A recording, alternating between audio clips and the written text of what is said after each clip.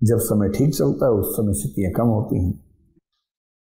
तो एक तो है व्यक्ति, एक है उसके आसपास ऐसी स्थितियां जो उसे परेशान करती हैं।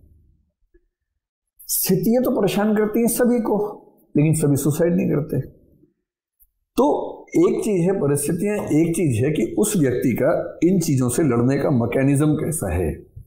इसको हम कह सकते हैं डिफेंस मैकेनिज्म कैसा है, कि अगर मेरे खिलाफ बहुत सारे मोर्चे खुल जाएंगे तो मेरा इन सब चीजों से लड़ने का डिफेंस मैकेनिज्म, मेरा सुरक्षा चक्र कैसा है, यह भी तो एक सवाल है।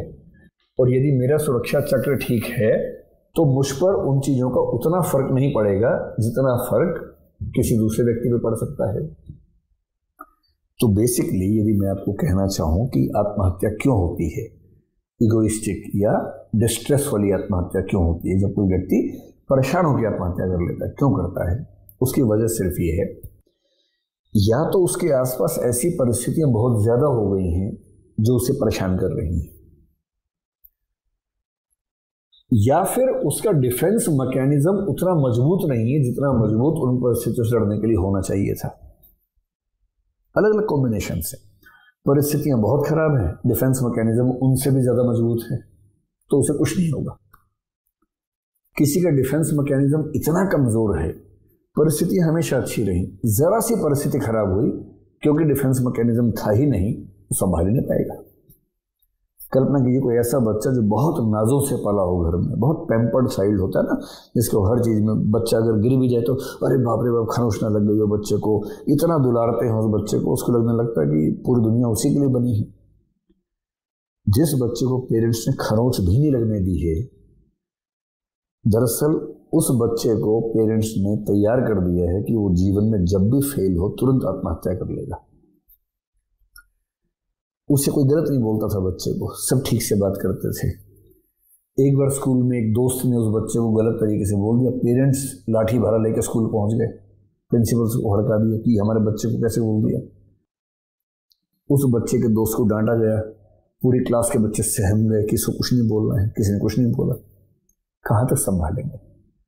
जब वो कॉलेज में पढ़ेगा, बाहर जाएगा विश्वविद्यालय में, वहां तो बोलेंगे लोग, गालियां भी देंगे, झगड़े भी होंगे, मार पिटाई भी हो जाएगी। और जिस बच्चे में झेलने की क्षमता बिल्कुल नहीं थी ना, जिस दिन पहली बार रिजेक्शन मिलेगा, जिस दिन वो किसी को प्रेम से कहेगा कि मुझे तुमसे बात करना अच्छा लगता है, क्या तुम मुझसे बात करोगी, या लड़की है तो क्या तुम मुझसे बात करोगे, और सामने वाला कहेगा ना यार भाई मुझे तुमसे बात करना अच्छा नहीं लगता, और ये बच्चा इस रिजेक्शन को झेल ही नहीं पाएगा, और नहीं झेल पाएगा तो रात दिन घुटता रहेगा, और उसके बाद कुछ ऐसा कदम उठा लेगा, पेरेंट्स समझ नहीं पाएंगे हुआ क्या था। और दूसरी तरफ कुछ कैसे बच्चे होते हैं, विशेष रूप से जो गरीब घरों में पले होते हैं, विषम सामाजिक स्थितियों में पले होते हैं, उन बच्चों की बात अलग किस्म की होती है। गांव के बच्चे हैं, स्कूल पैदल जाते हैं, रास्ते में ट्रैक्टर जा रहा है उस पर चढ़ जाए, कोई दूसरा वाहन जा रहा है उस पर चढ़ जाए, कहीं कूद गए, गन्ने के खेत में घुस के गन्ना खा लिया, मौज मस्ती से जीवन जी रहे हैं। रास्ते में झगड़ा हो गया, मार पिटाई भी हो गई, एक दिन पिट के आए, 2 दिन पीट के आ गए, वो सब करते रहते हैं। 4 गालियां खा के आते हैं, 8 गालियां दे के आते हैं। और ये बच्चे जब जाते हैं कहीं आगे चलकर शहर से बाहर, अपने गांव से बाहर, इन्हें बहुत फर्क नहीं पड़ता। ये किसी को बोलते हैं कि भाई तुम मुझे पसंद हो, सामने वाला बोले लेकिन तुम मुझे पसंद नहीं, तो बोले भाड़ में जा, कोई बात नहीं, तू नहीं कोई और सही, किसी और को देखेंगे। 7 अरब लोग दुनिया में हैं, तुम ही हो क्या, किसी और को देख लेंगे। समस्या इसके सामने भी आई, रिजेक्ट इसको भी किया गया है, लेकिन इसका जो मैकेनिज्म है डिफेंस का, जिसको आजकल कोरोना के युग में कहते हैं कि भाई कोरोना जब आएगा तब आएगा, अपनी इम्यूनिटी तो बढ़ाओ।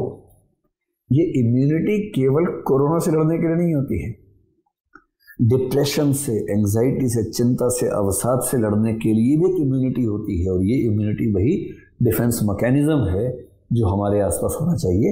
ये डिफेंस मैकेनिज्म केवल मैं नहीं बना सकता हूँ अपने लिए, मेरा डिफेंस मैकेनिज्म बनाने में मेरे साथ मेरे परिवार के लोग, मेरे दोस्त भी हेल्प करेंगे। लेकिन कुल मिलाकर मेरा डिफेंस मैकेनिज्म कितना अच्छा है, इससे तय होगा कि मैं कितना अपने आप को बचाने की स्थिति में हूँ, ऐसी परिस्थितियों किस हद तक मैं झेलने की स्थिति में हूँ, मैं कठिन से कठिन परिस्थिति में सर्वाइव कर पाऊंगा या नहीं कर पाऊंगा। ये तय हुआ इस चीज से कि मेरा डिफेंस मैकेनिज्म मेरे आसपास की परिस्थितियों से लड़ने के लिए, भिड़ने के लिए, झगड़ने के लिए किस मात्रा में तैयार है। तो अब हम उस दूसरे शब्द पे आते हैं जो शब्द आज की चर्चा में महत्वपूर्ण शब्द है, और उस शब्द का